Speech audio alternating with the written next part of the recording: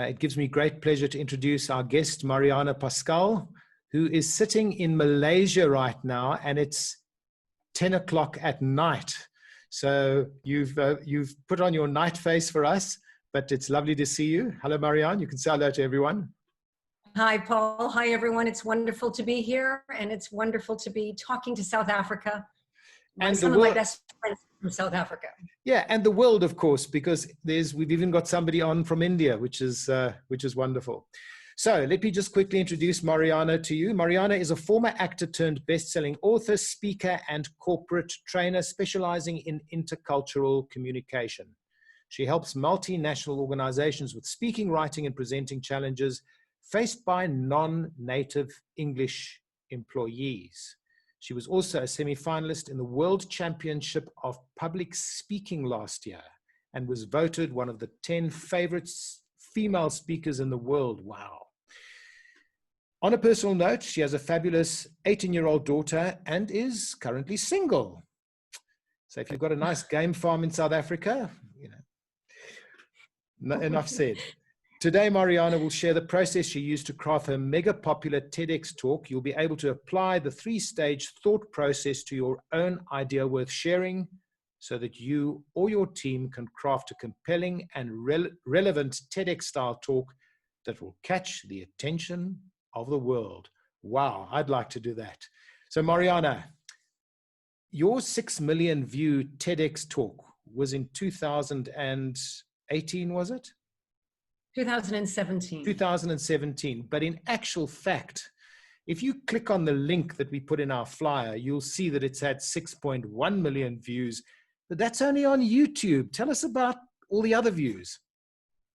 Yeah, it's actually came as a big surprise to me because I thought that's all there was. But it turns out in China, specifically on Weibo, there's a whole other nest of viewers. So in total, we've counted over 22 million people have watched it. So it's a 22 million viewed TEDx talk, which must make it rank up there as one of the most viewed talks. Yeah, it's in the top 70 or 80 or something like that now. Every once in a while I do a little check and yeah, it's up there. Wow. Somewhere. Okay, so how did you get to be a TEDx speaker? What was the process? Did you go banging on their door, or how did you get it? Actually, I didn't. I was at home one day, actually, and this is the honest to goodness truth. I was at home. I was cleaning hair out of the drain of the sink. It's very, very unglamorous. When I got a call from somebody saying, asking me if I would like to do a TEDx, and he was a curator for all the TEDx's in Malaysia, great TEDx curator, wonderful guy, Winston. And he had seen, I had another viral video before that was viral in this part of the world. So I was sort of known here for that. And that's why he contacted me. And yeah. I didn't quite realize what a big deal it would turn out to be, but it has. Wow. So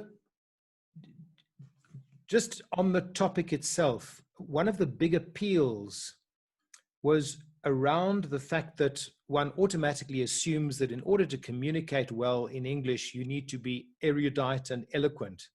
But that's not the purpose of communication, is it? It's certainly not. And that's what my TEDx is all about. And I think that's why it hit a nerve globally, because there's so many people using English. Almost everybody using English today is using it as a second language, if you look at the numbers. And people really needed to hear that, that this message in the TEDx, that it's not some kind of art to be mastered. It's just a tool for us to use and play around with just to get the message across. So I'm a big fan of using English as a tool, or using any language as a tool rather than an art form. Yeah.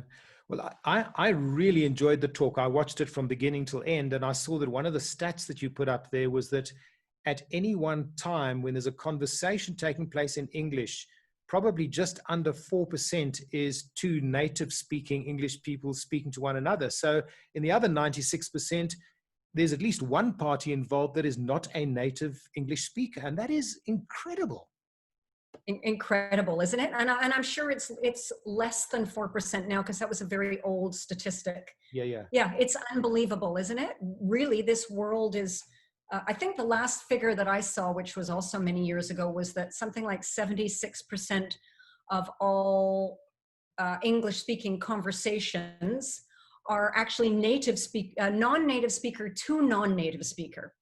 So it really is the language of the world. It's a tool for the world to use to And connect. I think one of the key messages that you got across is how very important it is to no matter what your accent, no matter what incorrect words you put in, even if you've got to put in a word from your own language to help to get it across, that it's really the message that counts, isn't it? Can I tell you a wonderful little story that happened a while ago that really illustrates this? I was taking this Saudi delegate here in where I live in Malaysia. He needed to transfer money. You know those money sender booths where you can send money to another country, and he didn't think that his English was good enough to do it alone, and he asked me if I would accompany him. We get there, and the woman behind the counter at this money sender's, her English was also quite a low level.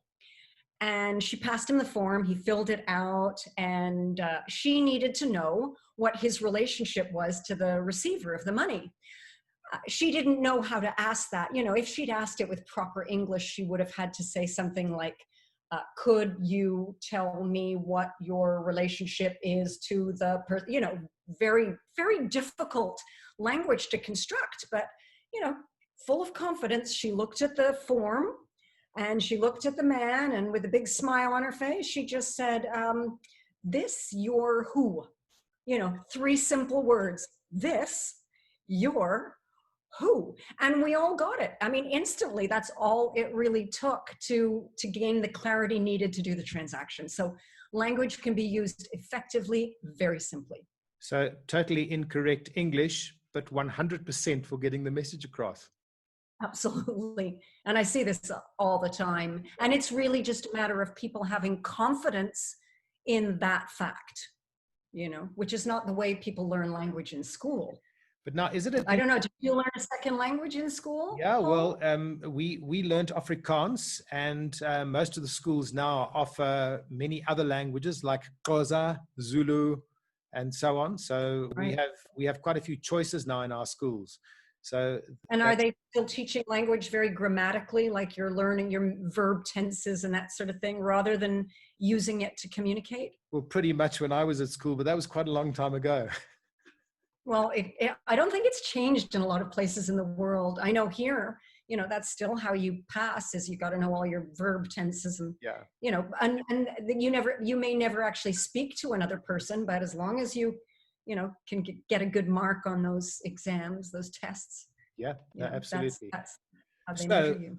Tell us about your TED Talk and the way you structured it for it to be able to work as well as it did. Okay, so I looked back after I had done it, and I asked myself, how did I get that TEDx talk? And I realized that I kind of chunked it down into a 3-stage process. So if anyone watching wants to create a TEDx talk, I've coached many people in using the same 3-step process, and it works quite well. The very, very first thing that I did was I needed a single idea, right? The curator, Winston, who I worked with, the first thing that he said to me is, he said, a lot of speakers and trainers don't necessarily make great TEDx speakers because they tend to think too wide. They want to share their body of knowledge, and a TEDx is really one single idea. Now, coming up with one single idea was actually, that is really challenging, because we tend to want to elaborate and make it bigger, when in fact we need to actually start with an idea. And the key word is idea. It's not, a lot of people that I've coached, they kind of make the mistake of coming into it with a belief and saying, I'm going to do a TEDx on my belief. Well, that's not an idea. Or a personal story. Well, that's not an idea. So coming up with that single idea was that was one of the hardest parts, just to narrow it down. And, like I think often of Simon Sinek. We all know Simon Sinek. And do you remember we first met Simon Sinek? He was the guy with the why before what and how. You've seen the circle, the what, the how, and the why. But if you think about it, before he ever did that TEDx, he was a guy with this huge, huge body of knowledge. I mean, he was a big wig in advertising. So he captured everything into that one single idea. So I thought back to all my years of training, corporate training, my years of speaking. And I thought to myself, okay, what is the one thing that I find myself communicating in workshops or on stage that I can really see matter, where I can see the audience actually, I know that what I've said matters. And I realized it was this idea of language being a tool, English being just a tool. Sure. And I know that when I say that, not everybody agrees with it, but it matters. People have opinions about it, So I think finding that single idea that matters, whether people agree with it or like it or not, is less relevant than it matter. And it really can be like one single strategy. It really is one thing, one strategy or one solution, or it could be as simple as an analogy, where the audience walks away and they say, oh my, wow, I never realized that this and this are the same thing. Or it could be a new way of looking at something where they come away from it saying, wow, I've seen this for my whole life, but I never saw it that way before. So that was stage one, is really capturing that single idea. Okay. So and do you then want me to go on to stage two? Yeah. Just before you go there, what came out of that for me really is the value of simplicity. Because I have found so often that the simple messages in a presentation are the ones that seem to just have the most impact. Absolutely. And when I've been coaching quite a few people this year, what I notice is people are so resistant to let go of stuff they want to put in. Oh, but this is important and that's important. I got to say this. It's really hard to get people to say, no. You don't, saying more isn't going to help it. It's crystallizing it into that one beautiful, simple, memorable message. So absolutely, that's the hardest thing. If you can spend maybe the most, I think I spent, when I was crafting this TEDx, I think for quite a few weeks, or at least days, I just remember a long time, was really not crafting anything, was walking around just thinking, what is that one idea that I know that I can share that really is going to matter, not just to me, not to my participants, not to the people at the TEDx venue, but to the world. Exactly. In other words, spend a long time on that. Yeah, so that as many people as possible that are actually watching the talk are going to get true value out of it, instead of just the sophisticated few. And that's really what you're aiming for with simpler communication. Exactly. Absolutely. And isn't it that the hardest thing? I mean, you're a presentation skills trainer also. So isn't the hardest thing for all of us in communication is to take away and reduce and still have that strong meaning impactfully? I think that's got to be probably to me, the number one skill involved in writing, reading. Would you agree with that, Paul? Very much so. So let's summarize it to be the one big idea being your stage one. So what's your stage two? Okay, so stage two. So my curator, Winston, he said to me, okay, so you've got your single idea now that language is a tool. It's not an art to be mastered, it's a tool. He said, now how are you going to get people to capture it and remember it? And, I started to realize that, I need to capture this in something just like Simon Sinek's circle, you know. Yeah. For example, I use the term a Trojan horse. I needed a Trojan horse, you know, like a beautiful package that would help people receive it, remember it, and also pass it on. Because what I discovered is when people share the message, they don't share the message itself. They share it in a package. Like, as an example of a Trojan horse that works really well, during this lockdown in Singapore, the Prime Minister called it the circuit breaker in Singapore. You know, he called the lockdown the circuit breaker. We've got to, like, you understand the metaphor? Yeah. Stop. Yeah. I mean, everybody in Singapore is calling it the circuit breaker. It's sort of like you just say circuit breaker and everybody understands the whole meaning of what it involves.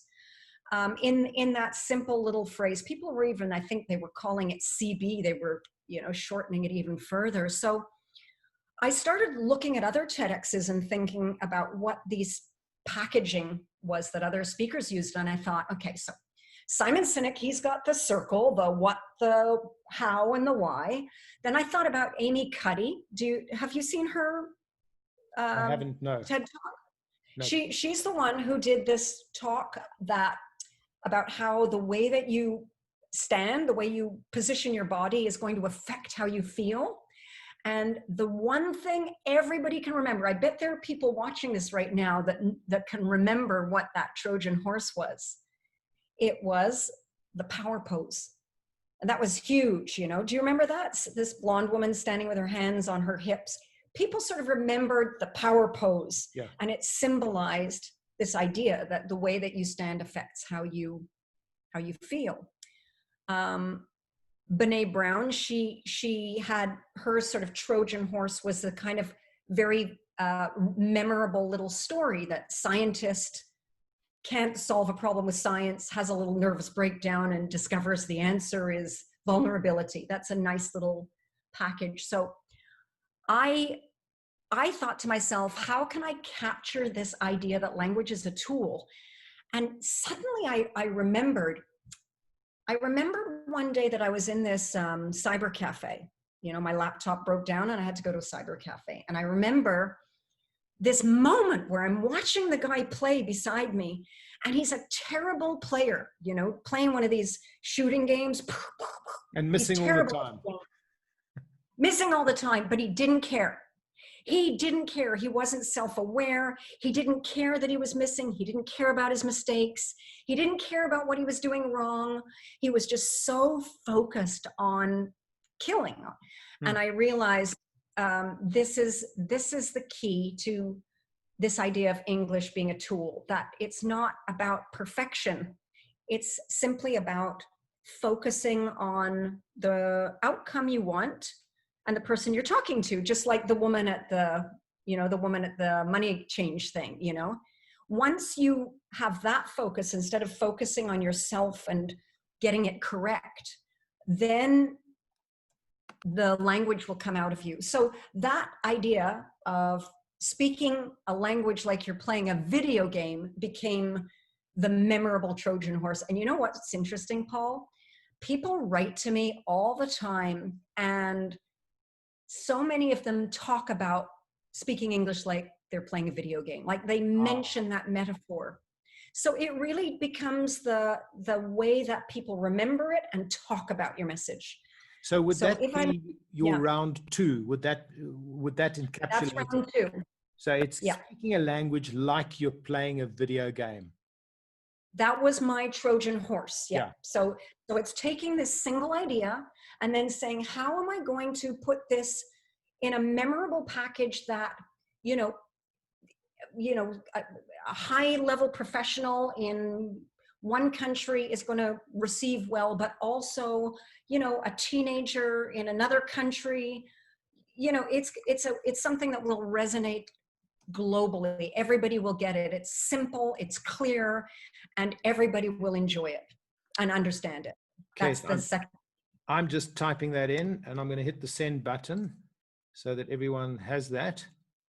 Brilliant. Speaking a language like you're playing a video game. And to me, what goes through my mind there is that kind of utter concentration. And isn't that really what you should be doing when somebody is speaking to you. In other words, if it's a customer interaction or something like that, it's that attention on that person and not all the other distractions, and just being able to almost be focused in because you can't miss anything, and giving them your full attention. Isn't that so important? Absolutely. So if you're speaking at a low level of a language and you're thinking like you did at school about, oh, what am I getting wrong? What mistakes am I making? And then you're suddenly focused on you. And that's when you stop hearing what they're saying. Yeah. You can't remember the language that you do have. That's when communication breaks down, and the other person can recognize it, can't they? It's like you've seen when people present. You know, I do presentation training too, and I've seen it a million times. If people are presenting to their boss or something to sell an idea, but their focus is on themselves rather than the audience they're speaking to, they don't hit the right notes. Yeah. They don't come across with the confidence or the clarity that they need to.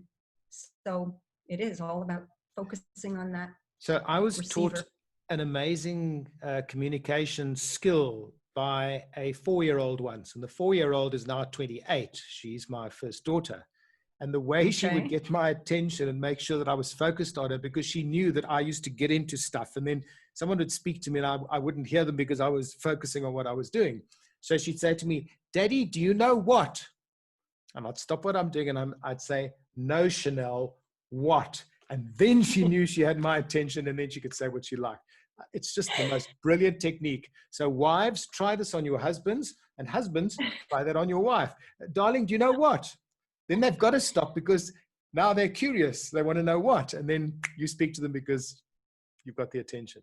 Brilliant. Maybe if you're trying to pitch an idea to your boss, you can try that too at your next presentation. Boss? Yeah. You know what? Mm. Or an employee with ADD. That could work. Hey, and now you need to give us stage 3. Okay, so finally, so don't forget, all this time I haven't written anything yet, right? Now I have on my phone right here, I store stories, and I'm sure a lot of other speakers do that. I've been doing it for years. Every time I come across not just stories, but anything interesting that's meaningful to me, that's surprising, that's rich, I put it in my phone in this little file I have of stories. So I knew I wanted to put stories in the talk, but round 3 was, okay, how am I going to structure this now? I have the single idea. I know I want it to revolve around this aha moment that I had in this video store. So I decided that the most interesting, now there's many ways you can structure a TEDx. Of course, there are many different ways, whether you're a scientist, I mean, there's just, but I think probably one of the most effective ways, one of the easiest ways, one of the most compelling ways is to structure it as your discovery journey, I called it. Yes. And, you know, so instead of this being me telling you what I know, my TEDx is telling you how I discovered what I know. And that discovery journey is a wonderful way of structuring it for several reasons. First of all, it means that I start out not knowing. So at the beginning of my TEDx talk, I'm just like the audience. I don't know. And then I walk them through everything that I saw, all the little stories and things that I noticed that led up to that moment in that cyber cafe. Now, when I'm walking them through this discovery journey, it's exciting, it's compelling, it's filled with anticipation. It lends itself to personal stories. It keeps you in line with this single idea, so you don't do what a lot of people do that are creating talks, is they start, you know, adding in stuff. No, it keeps you streamlined on your single idea.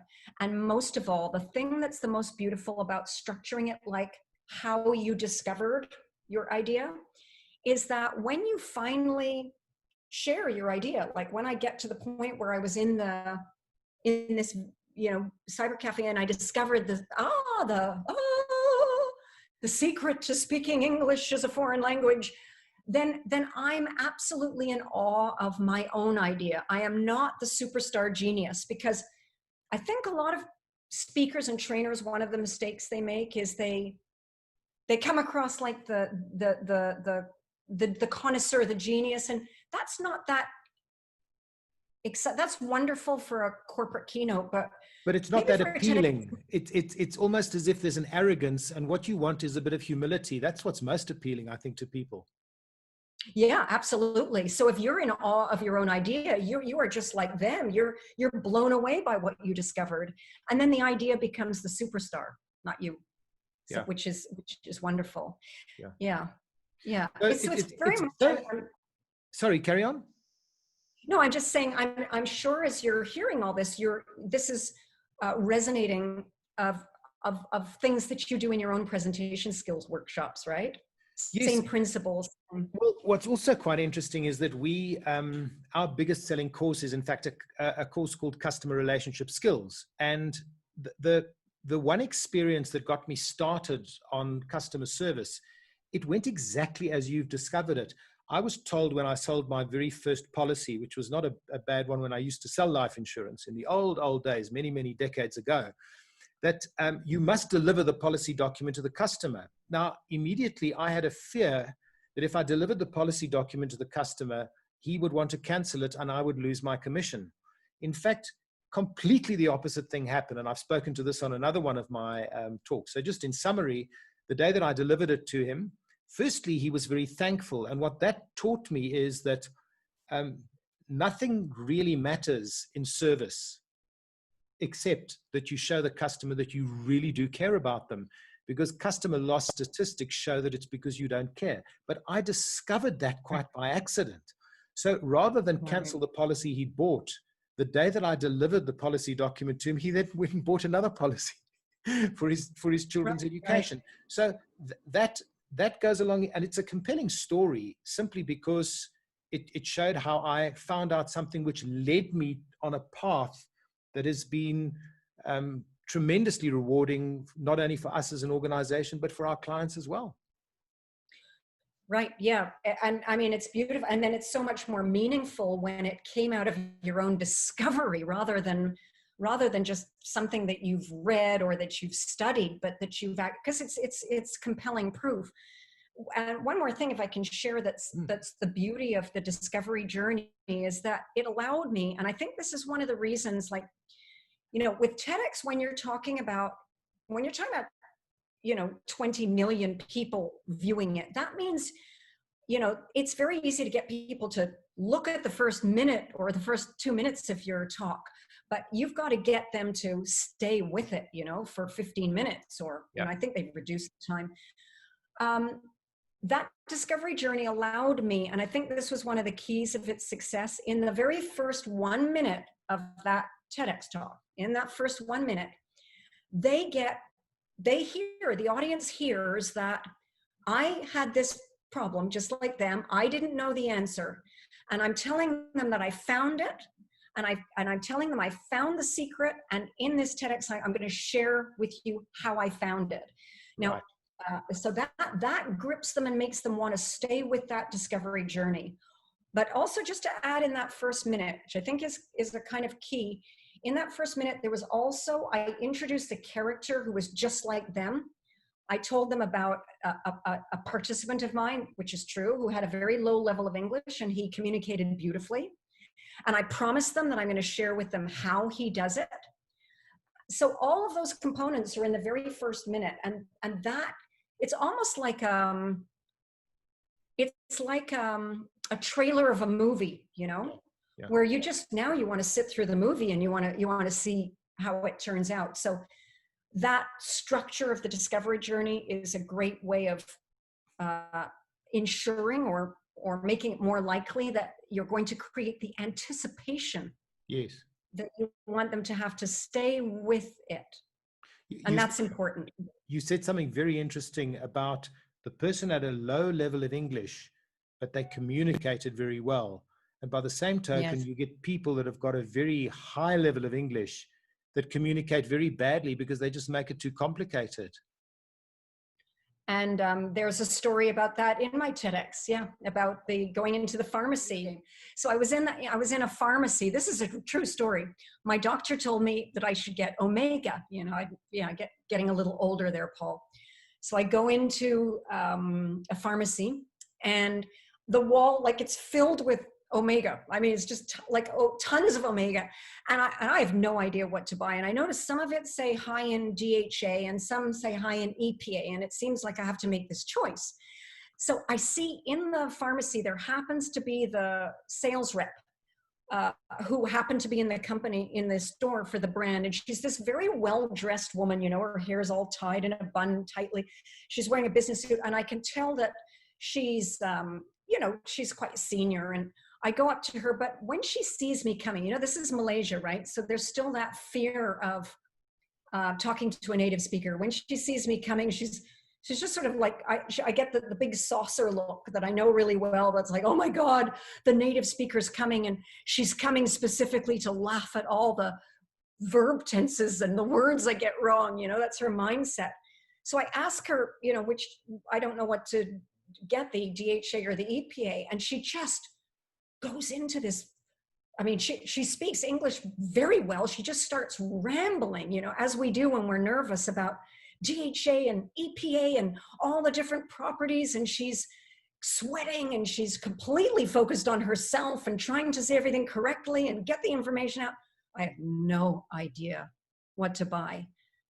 And then I notice behind the counter is the young woman who works there, I heard her English level was really low, but you know, I still need to get an answer. And I go to this other woman, and the other woman is, excuse me, the other one's like just looking at me, no fear, total confidence. She says, yeah.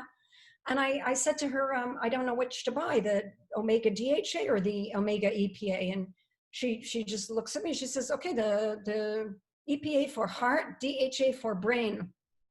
Your heart okay or not?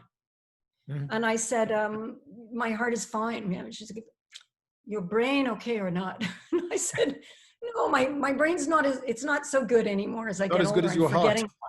Not as good as my heart. So she says, okay, you take Omega DHA, finished. So this woman was really able to serve me because, excuse me, I have a frog in my throat, because she was available and focused on me. She heard me, and she didn't need that sophisticated level of language to serve me. So the other woman was completely ineffective because, again, all her focus was on her. Elaborate language, but not so effective. Absolutely. So can you, in a nutshell, just give us those 3 steps again, so that, and encapsulate them for us in literally 30 seconds. Okay. Stage 1, excuse me. Stage 1 is find that single idea that matters. And it doesn't have to be that people agree with, but one single idea, one strategy, one solution. Okay. Okay. Second, wrap it in a nice capsule. Put it in a Trojan horse. Give it a way that people all over the world are going to be able to digest it and understand it universally and remember it and share the message. And then number 3, if it works for you, think about that discovery journey. How did you go from not knowing to knowing? And what were the key components that got you there? And walk them through that. And that's just one structure, but yeah. So what you're saying is there is more than one way. In fact, there's probably dozens of different ways to put together a successful TEDx talk, but that's the method that you used. It worked for you, and we're looking at 22 million views later. Yeah. Marianna, and I think it's the most user-friendly structure. Marianna Pascal, thank you so much. It's been absolutely fascinating. If everyone could just communicate 10% better, can you imagine what an amazing world we'd have?